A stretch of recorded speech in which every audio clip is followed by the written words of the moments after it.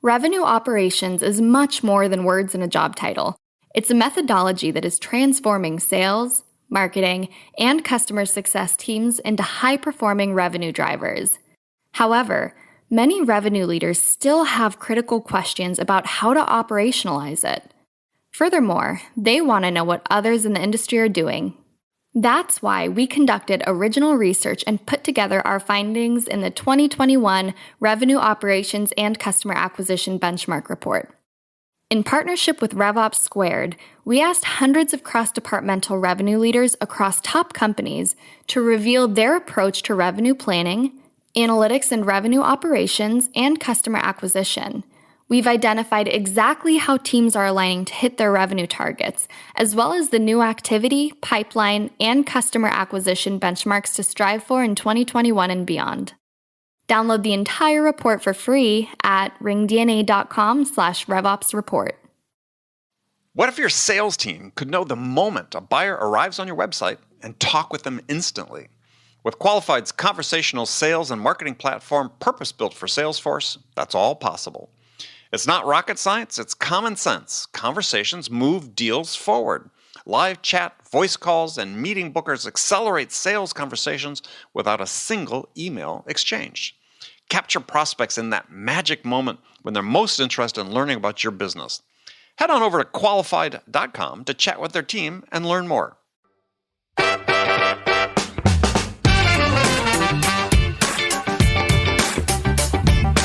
Why do we have to bid? We started this industry. We saved them from going bankrupt. I said, so what do you want? Negotiate a deal. I said, fine. They usually do this every 3 years, 10 years. I said, okay. How much? You have 25% of the demand. 75%, they said. So I just repeated what they said. So what you're looking for is a 10-year deal, 75% of their demand, and negotiated, not bid. Yes. Then I looked at them and I said, well, you can really do this if you really want to. But the first thing you have to recognize, it takes a different set of actions to get to that result than it does to win a bid. So they're hooked, and they said, okay, how are we going to do it? And I said, I have no clue. And they go, what? And I go, look, we haven't done that yet, so there's no historical data that has the answers. Hi, friends. Welcome to the Sales Enablement Podcast. I'm your host, Andy Paul. That was Ron Karr. Ron is the CEO of Karr Associates and a best-selling author of 2 books, Lead, Sell, or Get Out of the Way, The 7 Traits of Great Sellers, which we talked about on Ron's first appearance on the show, and his most recent book, which we'll be talking about today, The Velocity Mindset, How Leaders Eliminate Resistance, Gain Buy-in, and Achieve Better Results Faster. As Ron shares, great leaders will do whatever it takes to make their vision a reality. And in the process, they achieve what he calls velocity. And he calls this a special quality of great leadership, which we're going to talk about today.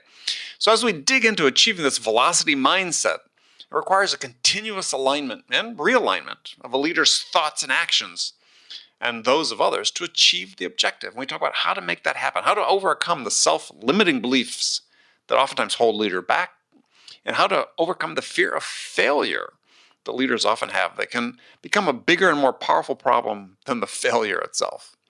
And Ron shares how this velocity mindset is tied to having a larger purpose that a leader is focused on. And we dive into how that purpose helps keep you open and receptive to the big ideas and the big opportunities that could transform your business. So all of this and much, much more. But before we get to Ron, I want to remind you to subscribe to this podcast wherever you listen to it. And if you subscribe, we'd certainly appreciate it if you could also give us your feedback about how we're doing in the form of a review. We'd really appreciate that. So thank you. All right, let's jump into it. Ron, welcome back to the show. Thank you, Andy. It's hard to believe, but it's been 5 years, almost 5 years since we last spoke for the show. Yeah, but time flies when it's between two good friends. Yeah. Well, I'm trying to think if we've run into each other in that time, but geez Louise, 5 years. As I said when we first started talking, we both had color in our hair back then. So I still have color. It's just a different one. It's just a different one. Yeah, me too. When you have red hair, you don't go right to gray. You go blonde first and then transitions to losing all pigment. So anyway, well, we're here to talk about your new book, The Velocity Mindset, How Leaders Eliminate Resistance, Gain Buy-in, and achieve better results faster. So why this book? Why now? Well, it's a book that I was ready to write, and it was for the next phase of my life as I help my clients. So the longer story is, as you know, I was president of the National Speakers Association, 2013-14.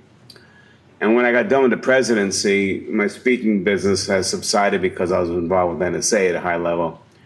But also at that point, I had 9 surgeries that I had to prepare for. I didn't know it was going to be 9 surgeries, but it was mostly on my back. On your back, yeah, I was reading about that. Wow. So, you know how Tiger has 1 level fused in his back? I wound up having 9 levels 9. fused. So which part of your back is that? It's between my thoracic 10 down to my lumbar, where they fuse the SI joint into the pelvic bone. So what does that restrict you from doing? Well, you know, in your back, every level is independent. Right. So when you fuse 2 or more levels together, they become 1 unit. So, you lose a lot of flexibility, but I gained some of it back. I'm still playing golf, which is good. Oh, you are? Okay. Yeah, but bending down to the floor is a little difficult sometimes, and then you got to watch above the fuse because then it puts pressure on it. So you have to make sure that you don't do anything stupid up there. Wow. So that's, I mean, how many? That was 9 separate surgeries? Well, when I was president and I knew I was going to give up the gavel, I had 2 facing me for a light case of melanoma on my nose, which basically was superficial. It didn't go in the system. So they had to do 2 operations, one to take it out, another one to repair it. And then I had the 3 back surgeries, that's 5, and then some other things they found along the way that they took care of. You know, my wife gives me a hard time about what a basket case I am from a medical perspective, but you're making me feel good about myself. Well, I mean, as you know, I had another major surgery recently that was in the book, but we'll get to that later. But yeah, well, hey, you know what? You got to do what you got to do, right? We're still here and kicking, right? Yeah, I'm kicking. I'm doing well. I'm in the best shape that I've been in years, so what the heck? Yeah. Well, I said beats the alternative. Right. So anyway, we were talking about... getting back to your question. Yeah. So when I was laying on the pain pills, you know, and you started reevaluating your life, and I looked at all my successes, and there was quite a few. But then I looked at the things I didn't get to, and I asked myself why. And I realized it wasn't because of external forces. It was mostly because of the stories that I told myself and the fears. Mm-hmm. And, you know, at that time I was approaching 60, so, you know, you start feeling like, you know, the runway's getting shorter here, so you don't have a lot of time. You better get going. So the concept of velocity was in my mind at that time. And when I studied the concept of velocity, number one, everybody thinks it's just speed. I mean, if I asked you what velocity is to you, you'd probably say speed and momentum. Is that fair, Andy? Yeah. Right. But that's not velocity. Velocity is speed with direction. Mm-hmm. And the key component is where you're trying to go. And if we're not clear on that, we don't believe in it, if we're not shooting for something properly, then any road will get you there. And many times we're doing tasks that don't make sense, and we want to know why we didn't get to where we wanted to be. Right. It's because we didn't have a clear destination, we didn't believe in it, or whatever. So that became a passion of mine. Then I hired a gentleman to come in when I got back on the road to film me doing a speech in University of Texas. And he called me the next day because his job was not just to film me and do no scissor reel, but to also recreate the brand. And he goes, I have your brand. I go, what? He goes, Velocity Mindset. Hit me between the eyes. And I said, how'd you come up with that? He goes, dude, it's all you talk about. And if you look at your materials, you have it written in 2010. So what more do I need to say? So we started testing it with some CEOs who were my clients, and they all loved it. But what I realized is half of them loved it because they think they know what it meant. Half of them loved it, and they had no clue. But they like the word velocity because everybody's in everybody loves the word, right? In a haste to get somewhere. Right. So we started working on that, and it was really not anything different than what I was doing before, but we put together what it takes to live in a velocity mindset, and then, you know, I was recuperating, and then I had to make up for the lost revenues and money from the surgery, so I had my plan of coming back, and then COVID hits like everybody else. And there goes the speaking calendar. There goes that plan. You know, there's an old phrase, Andy, that man plans and God laughs. Yep. So So while my colleagues were going, okay, everybody's like fighting over the remote presentations and they're not really paying much, I figured I'm not doing that. I got 2 consulting retainers that we're on retainer with. Will handle that. They'll get me by. And why not write the book, The Velocity Mindset? So I did that. Finished it at the end of September. Okay. And then also with COVID, it has proved all of us started looking at what we're doing, why are we doing that, does it make sense? And I decided, why not move to Florida then? Why wait till you're 70? Because you don't know how long you have. Yep. And why can't you live the lifestyle that you want? So I signed for a lease. And right after that, my intuition talked to me and said, you better go to the cardiologist because they've been tracking your aortic valve. It's been getting tighter. And you may not be going. I said, oh, come on. And I'm saying to myself, dude, you just wrote about intuition in the book. Right. So why don't you walk your talk? So I went to the cardiologist, and sure enough, he pulled the fire alarm. And he said, it's so tight that you only have 2 years left, and you can go instantly in 6 months. That kind of opened your eyes up. That would open your eyes quite a bit. Very motivating. Cancel the lease and go through the surgery to replace the aorta valve. Went well, so 3 months went by, and then I moved right into launching the book. But actually what I did was, just before I went to the operating room, I rewrote the introduction to put the surgeon in there because she really checked off every box in the book as a leader. Yeah, you mentioned that. So, mechanical valve or? No, I rejected a mechanical valve, even though it would permanently solve the problem because then you'd have to be on blood thinners, and I did not want that regimen the rest of my life. So they put a bovine valve in, which should be good for 12, 15 years, and then they'll have to go in through the leg again and replace that, and that'll be that. All right. Well, so we have got a brand new Ron Karr on the show. Every part replaced. Perfect. Yep. Looking for the long term. So let's talk about this idea of leadership first, because you wrote that everybody sort of recognizes what a successful leader looks like, or that leadership is easy to recognize. And I just wonder whether that's true anymore.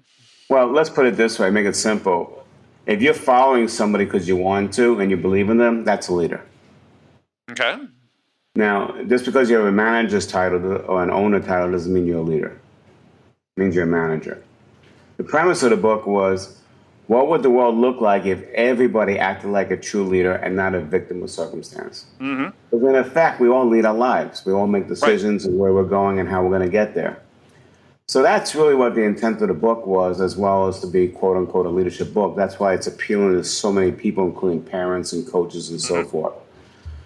But a leader, quite frankly, is not self-focused. It's customer-focused.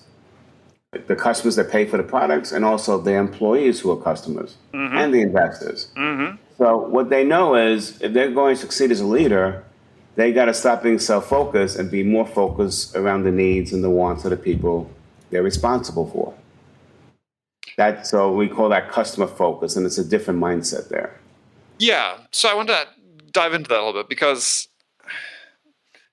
yes, I define it a little bit differently, but I'm interested in your take on this. I think, okay, if you're a manager, you can be a leader or you can be a boss. And, the leader is just as you described, right? I mean, they're going to succeed through the efforts of their people. They're going to help their people find out what's driving them, what's the most important thing to them, and help them achieve that, right? Whereas, and this is, with sales audience, so sort of sales perspective, whereas the boss is, it's about the numbers. It's about me. It's about me making my number, very directive, very prescriptive. And it seems to me, my feeling is, I'm interested in your take on this, is that I've seen an increase in number of bosses over the last 5-10 years and seemingly fewer leaders.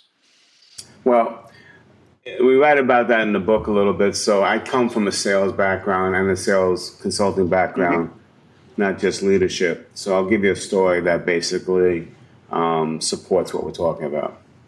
So I had a client where the national account manager was a top producer as a sales rep.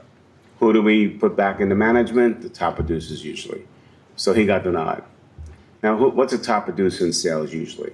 top producer is a go-getter, someone who's going to break down the doors and is going to succeed based on their own efforts, basically. We have a lot of team selling today, so don't get me wrong. Mm-hmm. But the salesperson knows that their destiny is really under their control, and they go out and make it happen. Right. Now they get promoted to a national sales manager role, let's say. Their job has changed, but many times they don't change in the way they approach it. Their job now changed where their success is not all about themselves anymore. Mm-hmm. Their success is actually the sum total of the success of all those people reporting to him. Yep. So in this one case, the guy never transformed into that new role. So what happened was, because he needed to be that firefighter, he had to respond to all the things and feel good about saving the day, all about him. Every time a key account manager in Kansas City or whatever would call him up and say, hey, I got this issue, this big meeting with the client, can you come out and be there? He'd jump, because that was feeding his emotion. Yep. He'd get on the plane, he'd get out there, and then he'd make the cardinal sin of a leader or a manager, whatever you want to call it.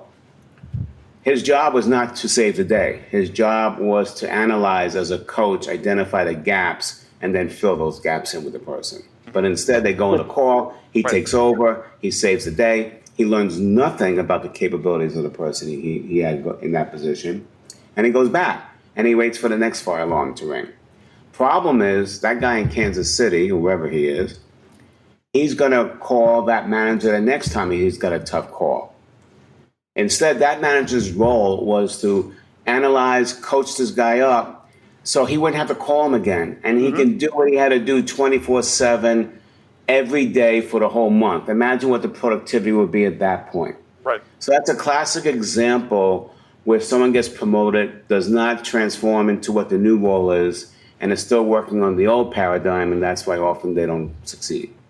Now, to a point you make in your book, so who is responsible for helping that newly promoted person change their mindset? I mean, you give examples about, you really have to depend on yourself. You need to have the agency. You need to own that agency to be able to make that change. If you can't count anybody to do it for you. But we do have this issue of, I believe, in sales today, where we do just as you say. We promote people that are top producers in the management roles, leadership roles, and then don't do anything for them. Don't help enable them in any sort of way.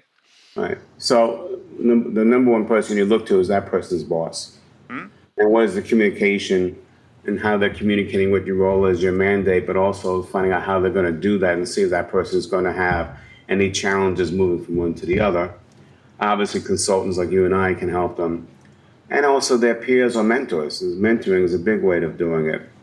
But basically, I would say the onus is on the upper management that makes that promotion, because they have to be aware that this is usually what happens. Are they prepared for that? Are they helping the person, move into that position properly? And how are they measuring it? That's where I would put the onus.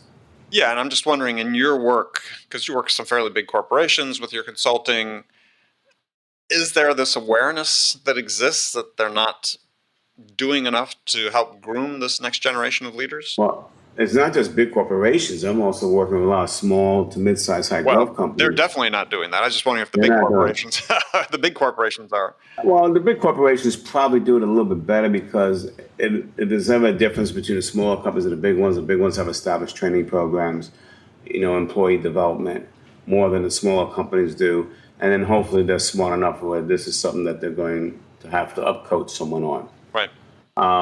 Could they be doing a better job? Obviously, because that was a big corporation, that example I gave you from. So yes, they need to anticipate it, they need to analyze it, and they need to coach that person up just like that person needs to coach up the people below him.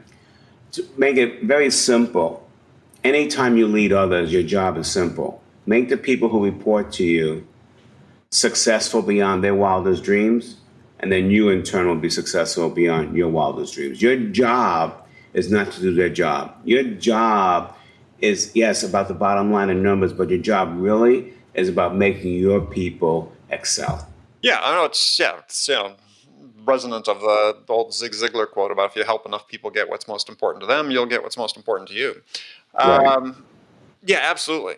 But it's, we see this trend, and there's been all sorts of polls on LinkedIn recently about this, as this huge dichotomy between the manager's perception of how much direction and coaching they're providing their sellers, and the seller's perception of how much they're receiving, and fairly stark differences. And it's like, we've got this huge gap we need to close. And I think part of that gets back to what you talk about is having a vision for what your job is. I'm just wondering, how do we get the right vision instilled in people's minds so that they understand fundamentally? Because this numbers show me, not just LinkedIn polls, but research that's been done recently too, is we're not teaching managers that they're only going to succeed through their people. They're much more self-focused, as you talk about. Right. So vision is a big part of the book. It's what we call the destiny. Velocity is speed plus direction. That's your direction. So one of the things that we talk about, and it goes not just for a new manager or a leader, but it goes for anything you want to do in life, whether, like for me, moving to Florida, what I want my next phase of life to be, for anybody. We start with the end in sight first and use a clean piece of paper. What do I mean by clean piece of paper? Every time someone tries to create a vision for themselves, sometimes they have trouble thinking what it is. But really what stops them and puts a drag on their velocity is that when they're doing it, they're making the mistake of looking at the past experiences and the biases as to what they think is possible and not possible. The only way to really create your destiny is put that aside. Because if you don't, you're just going to recreate the same results, and how often does that happen? Right. So a clean piece of paper simply means forget what you know, don't know, etc. If you can write your destiny that has your passion, what you really want, what would it look like? Allow yourself to dream, think big, and just put it down on paper. Don't analyze it. And then when it's down there, you can massage it a little bit. But that's your true destiny. Now, question is, do you believe in it? You may not have some belief in it because you haven't done it yet. So you may have doubts whether you could do it or not, and that's normal, okay? Is it something that you're passionate about? Check that box, because yes, you wrote it down. You have to be passionate. The passion's important because it brings you back up when things don't go right. All right? And is it doable? Well, we don't know yet, so now we've got to start fleshing it out. Now, one of the things that stops people when they do that is they think they have all the answers up front, and that's the worst thing that you need to think about. Right. Think about this. If you're trying to accomplish something that hasn't been done before, how can you possibly have the answers up front? A leader's job is not to have all the answers up front. Leader's job is to understand where they're trying to go, what do they need to get there, what are the gaps, and then if they don't have the answers, what are the questions to find the answers that they need? That's their job. And that's what the people who below them look towards. So I'll give you a case study on how this actually works in business. So a multinational chemical manufacturer has used me for many divisions to speak at their meetings in the early 90s, and it worked really well.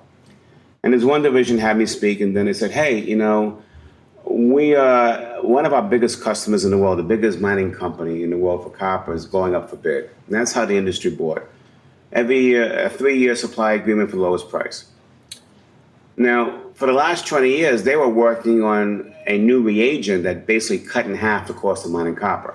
Right. So when they brought it out in the 1980s, the sales shot up, but then competition sees there's money there, they re-engineer, their offering is not as good, so they compete on price. We know that drill, right? Right. All right, so now when they get a hold of me, that largest copper mine company is up for bid, there's going to be a bid, and they said, can you come and get us ready for the next meeting next week with them? I said, sure. So I fly out to Tucson, I sit in the conference room with them, and my first question was, what do you want as a result of my intervention? They said, oh, we want to win the bid. I said, that was not the question. My question was, forget about the past and the experiences, what you think can and can't happen. Your true passion. If you created this deal the way you truly want it, what would it look like? And all of a sudden, that passion came out. Why do we have to bid? We started this industry. We saved them from going bankrupt. I said, so what do you want? Negotiate a deal. I said, fine. They usually do this every 3 years, 10 years. I said, okay. How much? You have 25% of the demand. 75%, they said. So I just repeated what they said. So what you're looking for is a 10-year deal, 75% of their demand, and negotiated, not bid. Right. Yes. Then I looked at them and I said, well, you can really do this if you really want to, But the first thing you have to recognize, it takes a different set of actions to get to that result than it does to win a bid. So they're hooked, and they said, okay, how are we going to do it? I said, I have no clue. And they go, what? And I go, look, we haven't done that yet. So there's no historical data that has the answers. But what you have to do is you have to have that vision with the passion you just did, but then understand that the clarity of your vision only comes from going on the journey. So when they bought into that, they started going out. We came up with questions. They'd assess everybody else. They'd come back every quarter. We'd meet. We'd analyze, tweak the process. And the end result was, at the end of 18 months, they actually motivated that customer to throw out the bidding process legally, because there were certain things that they did, and to go into a negotiated deal. They closed a 10-year, $200 million contract, negotiated for 75% of the demand. And it all started with that clean piece of paper. Right. So define the velocity mindset. The velocity mindset is designed to help you get to where you want to be in life in the shortest time possible, in the safest way possible. It's a way of living. Okay? For example, if you're doing something and it's not working 2 times and you keep doing it for another 3 times, you're creating drag on your resistance, because if it's not working, why are you doing the same thing? You got to ask yourself as a leader, what can I do differently? And that's a common thread throughout the whole book. A true leader, whether it's a leader of your life, whether it's a leader of a team, your business, or customers, whatever, if something doesn't go right, the first thing they don't do is blame somebody else. First thing they say is, what could they do differently? Andy, my first sales job was in 1980 selling copiers. And I remember this vividly. I was hired when Royal Business Machines came out with the first plain bond copier. 15 crisp copies, beautiful. And it was the dry bond toner, no more liquid, where it spoiled everybody's clothes. I said, where's the collator? Don't worry about it. It's coming in 6 months. Where's the duplicator? Don't worry about it. Well, that stuff didn't come for 2 years. So all I had was a 15 copy a minute copier. I call, and I got thrown out. I can't tell you how many offices I got thrown out in the first 3 months, because the first question was, well, can you compete with the big machine on the third floor? Xerox. Yeah. And I go, no. And they said, well, come back when you can. So I could have easily blamed the company. But at the same token, I had to make a living. So I did what I talk about in the book. Sometimes to get velocity, you got to take a pause or even stop. So I paused, and I had a board meeting with myself, myself, and I. We went to a diner in New Jersey. And I started analyzing, saying, what are you doing? I'm trying to sell a copy. Is it working? No, because they think I'm like the third floor and I can't compete. So what does a copier do? Well, it's part of the communications process, the outcome. Well, maybe switch the conversation to that. So in the next call, I went to the office manager and I said to her, would you agree with me that a copy is nothing more than a communications vehicle? And they said, yeah.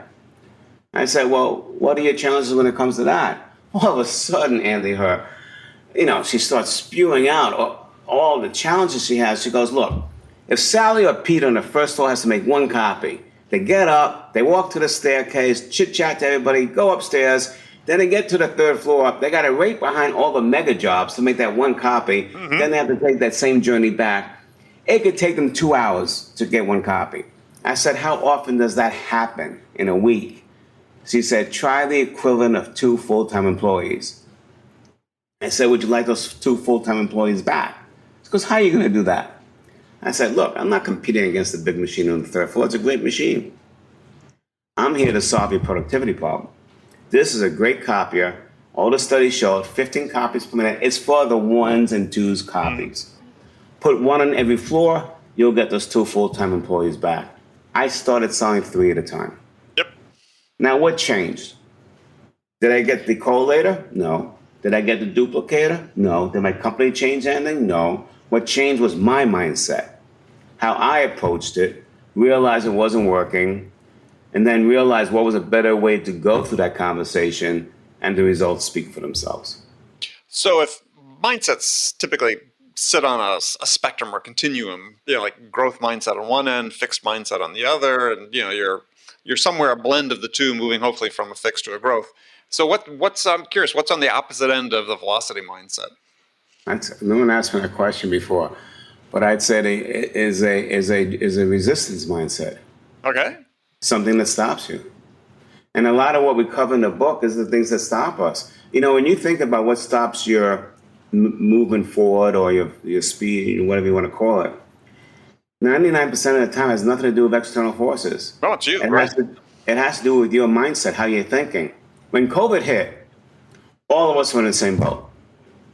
Yep. You know, and some companies prospered because they had some products that were in demand. Most of the companies didn't prosper. What's the difference between those that got through it and those that didn't? Mindset. Plain and simple. When you think about what I did, my mindset was I didn't want to compete here. There was no money there. Write the book. It'll come out. And I kept going. I kept energizing myself and putting myself in a frame of mind that kept me sharp, kept my mind sharp, and we put out a lot of videos. That comes from the mindset. Yep. Your mindset affects what you do. It also affects how you think. Oh, absolutely. Yeah. I mean, it's, I think velocity has elements of the growth mindset in it. It's all about abundance and opportunity. The book does a great job of sort of spelling out sort of the limiting beliefs that we all have that you need to pay attention to, let's say. So may give us examples of some of the big limiting beliefs that we all encounter when we trying to change our mindset. Well, we all have it for different reasons. Not all, most of us. I'm a fraud. Wait till people find out who I really am. Mm-hmm. Do you know that one thought permeates some of the top performers in the world? Oh, yeah. Tom Hanks, after he does a meeting, and he's gotten Oscars up the kazoo. Everybody knows he's one of the best actors out there. But after he makes a meeting, he starts going to his own house saying, oh, my God, wait till it comes out. Wait till they think I'm a fraud. Mm-hmm. The only difference is it doesn't stop him. Right. He's used to it. But other people get stopped by that. So the trick is we all have stories that we tell ourselves since we were young. You're not going to eliminate the stories most of the time. But when you recognize that it's a story, what do you do to change it to get your velocity back? And the key point that I want your audience to understand, he who writes a story can change it. You can rewrite it. It's your story. So what do I mean by story? Huh? Right. If you don't like the script, change the script. Yeah, exactly. So what do I mean by story? Somebody says it does something to you. We in turn create a story as to what we think that was meant. Most of the time we're wrong. But yeah, that story is dictating how we feel that day, the decisions we make, and so forth. A common example, Andy, a good friend of yours says something to you, you take as an insult. You interpret it that way. So what do? You stew about it. How much time during the day is wasted because it's bothering you? Right. And we usually don't wait one day. It could be 2 weeks later before you finally speak to your good friend. And then when you speak to them and you realize that their attention was totally different than the way you took it, you're going, oh man, was I a jerk? Yeah, well, that could be a boss or a manager, not necessarily a friend, right? Exactly. Yeah. Anybody. But yet, how much time did you spend on that was taking away from your velocity? How did it impact your decision-making process and so forth? That's what we're talking about. So stories, another thing to remember, Andy, is stories are fueled by emotion. Some is good, some is not good. So, for example, if a teacher said to you, oh, you'll never amount to anything because you're so riled and rowdy, some people can take it as a chip on their shoulders and prove that they're going to be good no matter what they do, and they're always ahead of the game, and they win. That's good, but if they overuse it and now do it to the sacrifice of family and all that, it's not so good at that moment. But for the people, so the bottom line is if your story is serving you well, keep using it. If the story doesn't serve you well, person says you'll never amount to anything. Every time you try something new, oh, it's never going to happen, I'm not going to amount to anything. So you don't even bother thinking about it and trying it. That's when it doesn't serve you well. The only thing I'm asking you to do is recognize it's just a story. It's not a reality. And if you can recognize it's a story, then easily understand you can rewrite the story. So the next step is, what do I want the story to be that's going to push me forward? Right. Yeah, and I had something similar. My first sales training class, roughly at the same time you got started, sent away, big company, sent us away 2 weeks, National Training Center, come back, we have an evaluation from the instructor, which is, at that time, big companies, tech companies hired hundreds and hundreds of people with the express intent they're going to weed out people over the course of a year. So the evaluation from the instructor was pretty decisive, or could be. So I remember handing mine to my branch manager and going back to my desk in the bullpen, waiting for him to come get me. And it was sealed, so I didn't know what it was. And he comes into the bullpen and sort of crooks his finger at me and says, come with me. And I go into his office. And I get there, he's, sits in his chair, leans back, pulls the evaluation out. He's looking at it. He says, so, how do you think sales training went? And I thought, well, that's a trap question. It's like, I thought it went fine. He goes, oh, well, that's interesting because Jim, your instructor, thinks we should fire you because you'll never make a good salesperson. I was like, my first thought was, well, what am I going to tell my parents? I flunked out my first job in 2 weeks. But the second thought was, I said, well, why? He said, well, because Jim thinks you're too analytical and you'll never make a good salesperson if you're too analytical. And I was like, that's something that, I don't think about necessarily every day, but I think about it frequently and have throughout the course of my career. It's like, And so, if you buy into those stories, then, they can become very limiting. When I was trying to get out a copy of sales and get into what I called a more professional sales position, I wanted to go after medical device sales. That was the piece de resistance. Yes. That company cars, that all this stuff, and that's what I want. And I couldn't get a medical device sales job to save my life. And the excuse was always, well, you don't have experience. And I'd say, well, how are you going to get experience if you don't try it? Well, the story in my mind then was, I'll never make it in medical sales. Well, thank God I didn't listen to that. I mean, I didn't get my sales job in that I went into computers, local area networking and all that.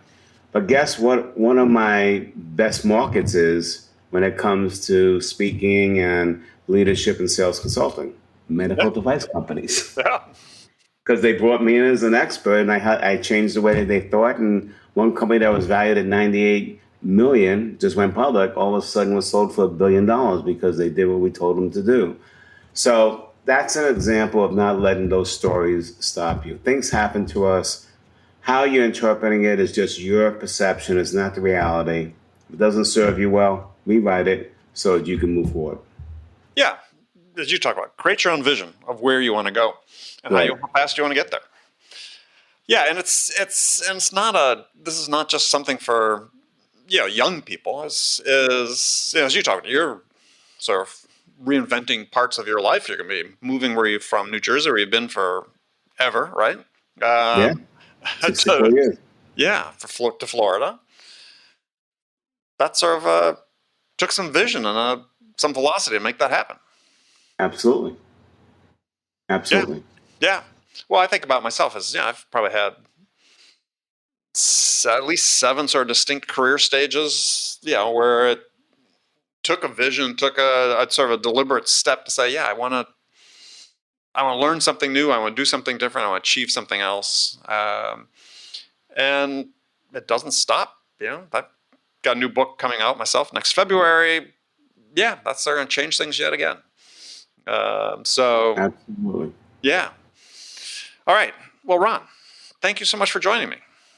My pleasure, Andy. I appreciate everything that you're doing, and thank you for the opportunity to spend some time with you and your audience. Yeah, we'll try not to wait again 5 years. There you go. And when your book comes out, let me know so we can help you too. Oh, I appreciate that. So if people want to connect with you, what's the best way to do that? If they go to velocitymindset.com, that's velocitymindset.com.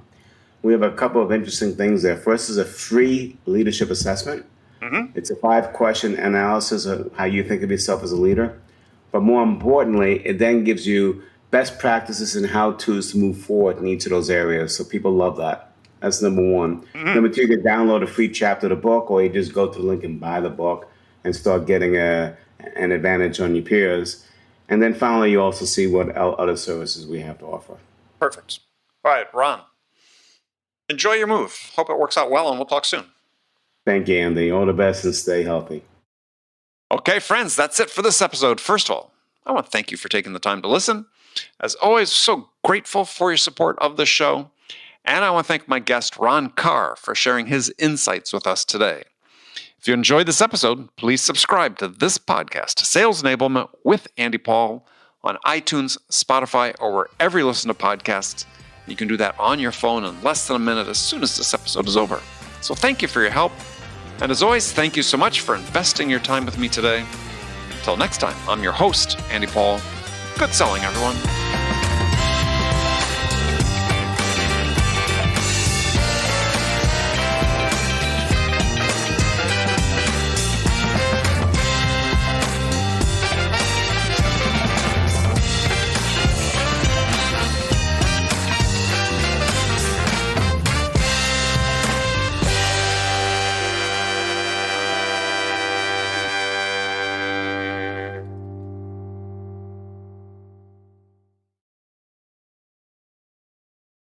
Hi, friends. I have something really exciting to share with you. We're launching a new podcast called the RevOps Podcast as part of the ringDNA podcast family. Today's leading B2B companies are embracing revenue operations as the answer to misaligned people, processes, and data that lead to recurring sales inefficiencies. However, many people still have critical questions about RevOps. What processes and tools do I need? How do I structure my team? How do I measure outcomes across sales, marketing, and customer success? And what are the best practices for doing that? So join Jordan Henderson, Jonathan Stevens, and Brandon Redlinger, and some of the world's leading revenue operations leaders as they tackle the important questions many of you face today when building a RevOps function. From ringDNA, the company that transforms sales teams into high-performing revenue drivers, comes a podcast guaranteed to go beneath the surface-level conversations and dive deep into the world of RevOps. Your hosts deliver unfiltered, thought-provoking discussions and actionable takeaways on every episode about the ideas, processes, and technology changing the B2B sales landscape. Visit ringdna.com/RevOps to learn more or subscribe now on your favorite podcast player. What if your sales team could know the moment a buyer arrives on your website and talk with them instantly? With Qualified's conversational sales and marketing platform purpose-built for Salesforce, that's all possible. It's not rocket science, it's common sense. Conversations move deals forward. Live chat, voice calls, and meeting bookers accelerate sales conversations without a single email exchange. Capture prospects in that magic moment when they're most interested in learning about your business. Head on over to qualified.com to chat with their team and learn more.